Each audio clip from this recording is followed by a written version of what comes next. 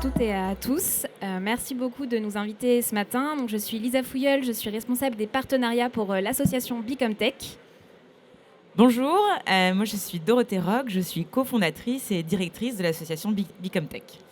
Juste avant de commencer notre pitch, on veut vous proposer un petit exercice de visualisation. On va vous demander de fermer les yeux. Voilà, tout le monde ferme les yeux et d'imaginer une classe de première dans laquelle il y a 30 élèves et ils ont choisi la spécialité numérique et sciences de l'informatique.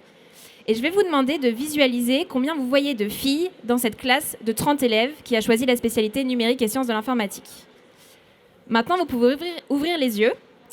Est-ce que les personnes qui ont vu plus de 5 filles peuvent lever la main? On a quelques personnes. Est-ce que les personnes qui ont vu moins de 5 filles peuvent lever la main?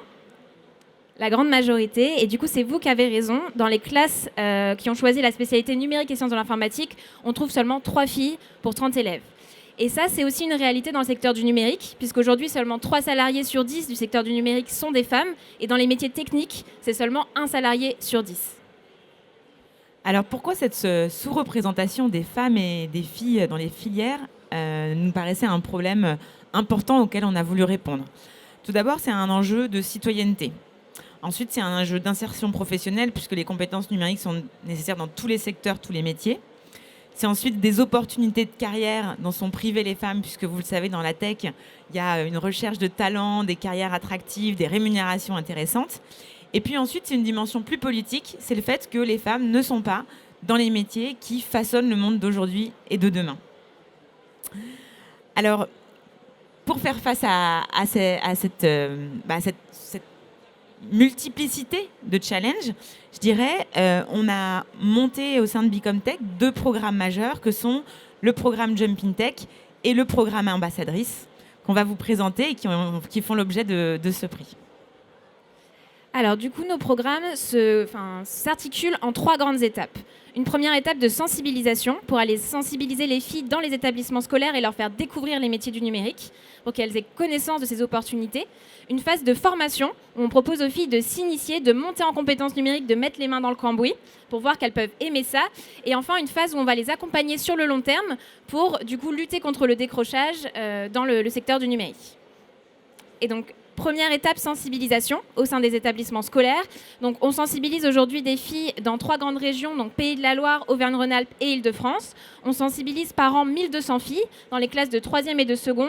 Et on vient parler du coup des sujets d'égalité filles-garçons. On fait découvrir les métiers du numérique. On parle des opportunités dans ce secteur-là.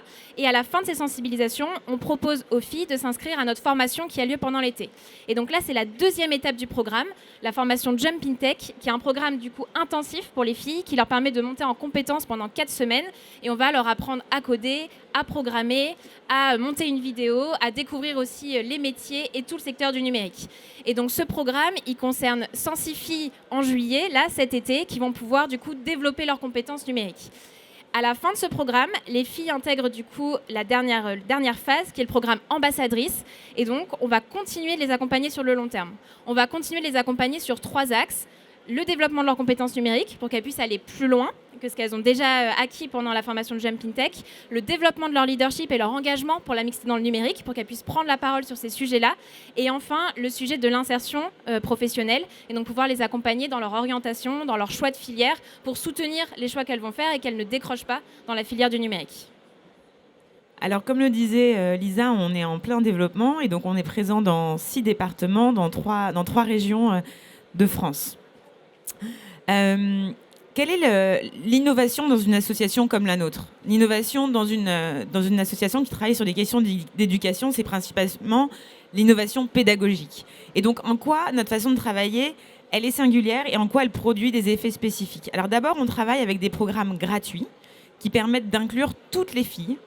Et toutes les filles, ça veut dire aussi sans sélection. Ça veut dire qu'on travaille avec des pédagogies actives, pédagogies qui nous permettent, avec un taux d'encadrement très élevé, puisque pour des groupes de 15, on a 2 formateurs, formatrices, de les faire avancer à leur rythme. Voilà, vraiment de ne pas sélectionner en fait en fonction de compétences qui seraient déjà présentes avant l'entrée dans le programme. Ensuite, ces programmes gratuits, ils permettent aussi à toutes les filles de participer, quels que soient les revenus de leur famille. On fournit le matériel informatique, on fournit les repas, on peut également fournir les titres de transport si c'est nécessaire. Ensuite, quelque chose qui est très important pour nous, c'est de vraiment mener des programmes intensifs. Parce que pour que les filles dépassent finalement les stéréotypes auxquels elles font face, les freins, il faut vraiment qu'elles aient une expérimentation pratique. Il faut qu'elles expérimentent dans l'action, en acquérant des compétences qu'elles en sont capables et qu'elles peuvent aimer ça. Et puis ensuite, c'est l'accompagnement des bénéficiaires sur le long terme, parce que vous le savez, elles vont faire face à des situations qui sont liées au fait qu'elles sont minoritaires, des situations de discrimination, de sexisme, des freins au quotidien. Et c'est pour ça qu'avoir une communauté solidaire, d'entraide, qui amène des opportunités, c'est indispensable. En dernier lieu, on est évidemment très en lien avec le monde économique. On travaille avec nos entreprises partenaires pour permettre des rencontres avec des professionnels et leur donner des expériences nouvelles de ce que peut être leur vie professionnelle future dans la tech. L'innovation chez nous, c'est aussi le fait d'avoir mis au cœur de nos programmes l'étude d'impact et la mesure de ce qu'on fait. C'était indispensable pour nous de faire la preuve que quand on s'en donne les moyens, en fait, on peut avoir un impact considérable sur l'avenir des filles. Et donc, on a fait appel à une agence qui s'appelle l'agence phare, qui a identifié 5 impacts majeurs de nos programmes, à la fois Jumping Tech et Ambassadrice, dont on vous a parlé tout à l'heure. Le premier impact, c'est le développement des compétences. Le deuxième, c'est la capacité qu'elles développent à s'exprimer en public et à prendre la parole. Le troisième impact très important, c'est l'élargissement de leur perspective d'orientation vers l'informatique, mais pas uniquement. Quatrième impact, c'est le changement de leur représentation sur la place des femmes dans l'informatique et le numérique. Et puis, en dernier lieu, comme je vous le disais, c'est aussi cette construction d'un collectif solidaire qui va leur amener de nombreuses opportunités par la suite. Peut-être pour être rapide, juste un chiffre, à la fin du programme Jumping Tech, donc à la fin des 4 semaines, les filles qui ont participé déclarent à 70% qu'elles ont envie d'intégrer le numérique dans leur choix d'orientation, et elles sont 100% à dire que le programme leur a amené des nouvelles idées d'orientation. Pour vous parler un petit peu de notre modèle associatif, donc aujourd'hui on est une association à but non lucratif. On fonctionne avec environ 65% de financement privé et 25% de fonds publics. On a un budget cette année qui est d'1,85 million.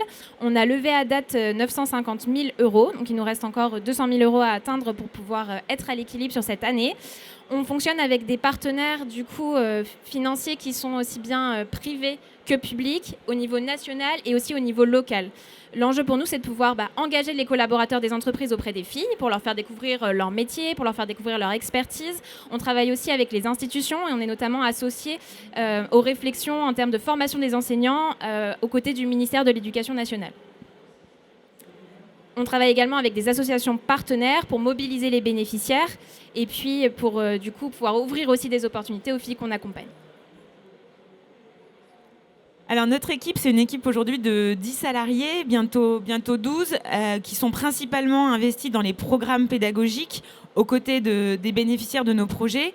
On a également quelques fonctions support. À mesure qu'on grandit, on a une responsable communication et je vous en parle parce que un aspect de notre travail, c'est un travail de plaidoyer également. C'est de faire connaître ce sujet et de faire connaître des solutions qui ont un impact. Et donc à ce titre, on serait ravis d'être lauréate du prix Marie-Claire parce que c'est aussi un levier pour faire connaître ce plaidoyer à une plus grande audience. Nos ambitions pour l'avenir. Alors tout d'abord, notre première ambition, c'est de continuer à nous développer dans de nouveaux territoires. En 2023, on sera présent dans la région Sud. Ensuite, c'est de déployer un nouveau projet pilote qui s'appelle Together in Tech et qui s'adressera aux filles, aux femmes qui arrivent en première année après le bac et qui commencent des études dans l'informatique. Ensuite, on peut continuer à proposer un programme toujours plus inclusif avec des programmes qui permettent à des filles dans des territoires ruraux de participer ou à des filles qui ne peuvent pas se rendre sur les lieux de nos promotions de participer. Et puis enfin, on a un programme transversal d'approfondissement de notre gouvernance partagée en associant nos ambassadrices, la communauté des ambassadrices aux décisions stratégiques de l'association. Voilà, je vous remercie beaucoup de votre attention. Beaucoup.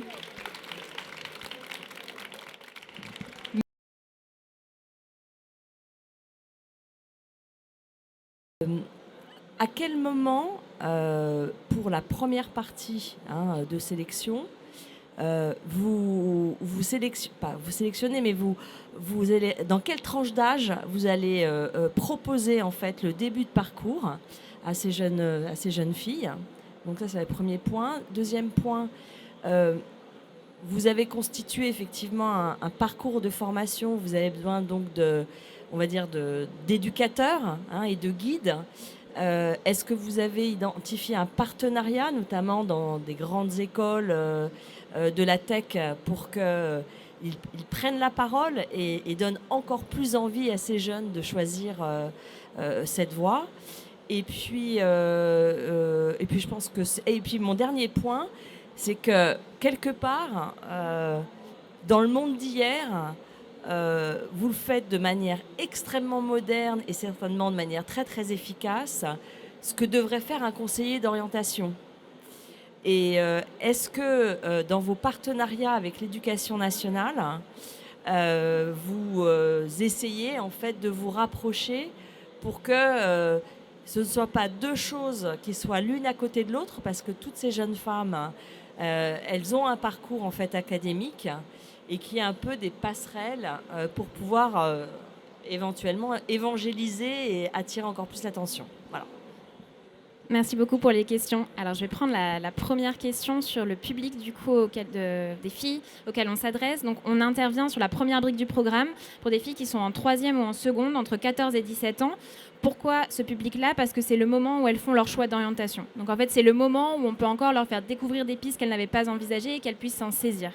Et sur les publics, du coup, c'est des filles qui sont du coup dans les établissements dans lesquels on intervient. Et puis on fait aussi une communication plus large pour que les filles puissent intégrer le programme. Et dans nos programmes, on a à minima 50% des filles qui sont du coup issues des quartiers et des politiques prioritaires de la ville ou des réseaux d'éducation prioritaires. Alors pour ce qui concerne les personnes avec lesquelles on travaille, donc on a une partie de l'équipe qui est une partie de salariés permanents et on a une partie qui sont des formateurs. Et en fait, nous, on a un programme de formation. Parce que ce qui est difficile, c'est de trouver des formateurs ou des formatrices qui soient formés aux questions d'égalité, en mesure de transmettre leur passion à un public qui est un public d'adolescentes, et avec des pédagogies actives, et puis disponibles pendant 6 semaines au moment où tout le monde a envie de partir en vacances. D'ailleurs, j'en profite, on cherche encore un formateur pour Cergy, on a une promotion. Donc s'il y a des gens qui ont envie de transmettre leur passion pour l'IT, eh bien, n'hésitez pas à nous solliciter. Donc ça, c'est un enjeu. Et effectivement, on est en lien avec beaucoup de structures, qu'il s'agisse des écoles, etc., pour sourcer nos formateurs et nos équipes. Ensuite, pour le travail qu'on fait avec l'éducation nationale, en fait, on travaille à plein de niveaux avec eux. Là, par exemple, la semaine dernière, moi, j'étais dans le programme national de formation des enseignants en mathématiques. Donc, l'idée, effectivement, c'est de travailler ensemble. Comme le disait Lisa, les sensibilisations, elles sont dans les établissements scolaires. Et donc, quand on intervient dans un établissement scolaire, en fait, on sensibilise aussi les profs, les CPE, etc. Donc, il y a tout ce travail-là.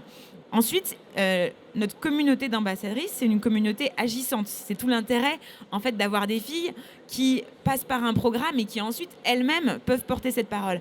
Et donc, du coup, dans les établissements scolaires, c'est elles qui vont organiser une partie des sensibilisations pour leurs pairs. D'ailleurs, elles seront à plein d'événements à Vivatech. Elles seront sur la main stage demain, si vous voulez les entendre. Enfin, voilà, elles sont vraiment les ambassadrices qui ont cette force de frappe et qui sont très crédibles parce qu'elles sont... elles sont des jeunes rôles modèles hyper inspirants. Elles ont 2 ans, 3 ans, 5 ans de plus que les filles auxquelles elles s'adressent. Et donc, leurs paroles, elles portent bien différemment. Je pense qu'on a répondu. C'est bon? Rien oublié. Une question très très rapide sur la manière dont sont constituées les promotions. Vous expliquiez que vous ne souhaitiez pas sélectionner les jeunes filles sur des skills préexistants. Donc comment vous les choisissez s'il y a plus de 102 ou 106 candidates? Oui. Alors du coup, sur la sélection des participantes, donc on va les sélectionner sur leur motivation à intégrer le programme. Et donc ça, c'est vraiment un point très important.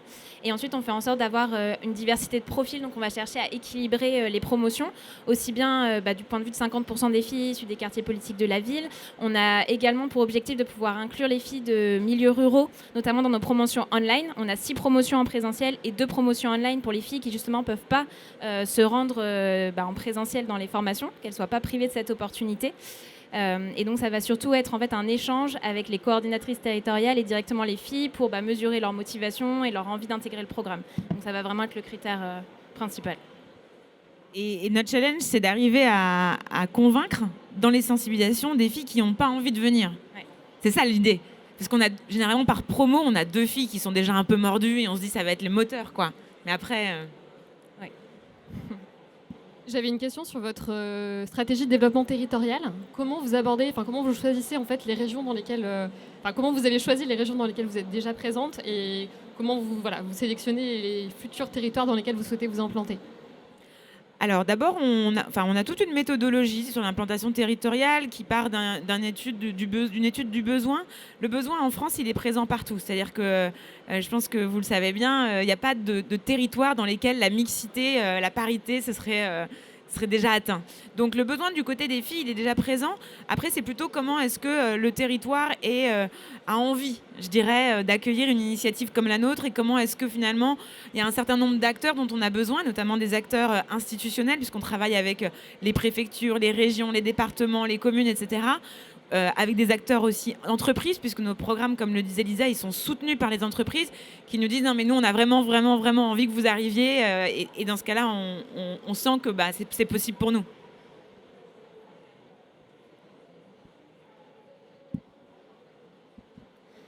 Bonjour et surtout bravo, parce qu'on sait que dans ces sujets d'orientation, c'est l'ouverture des possibles qui crée le déclic et qui crée l'envie, et que très souvent les jeunes sont limités par leur environnement immédiat, et le fait d'avoir des exemples, des ambassadrices, c'est extrêmement important. Alors moi j'avais une question, vous êtes une jeune association, pour savoir combien d'ambassadrices vous avez déjà et à quel niveau vous avez réussi à les accompagner et où vous en étiez par rapport, je pense, à cette envie d'avoir y compris des jeunes filles qui sortent du cursus formé. Et si vous avez bien entendu l'intention de les garder comme formatrices et ambassadrices. Voilà, donc où vous en êtes quantitativement sur chaque niveau travaillé. Merci. Alors aujourd'hui, on a 322 ambassadrices et donc d'ici la rentrée de septembre, on aura 106 filles qui vont du coup venir s'ajouter pour atteindre 428 ambassadrices à la rentrée. Donc ça, c'est en termes de questions de volumétrie. Peut-être sur ce qu'elles font aujourd'hui.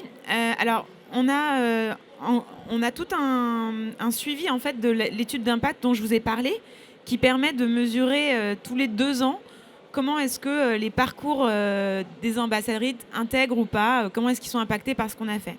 Donc à la dernière consultation de notre communauté, on avait 50% des ambassadrices qui continuaient à avoir le numérique dans leur choix d'orientation.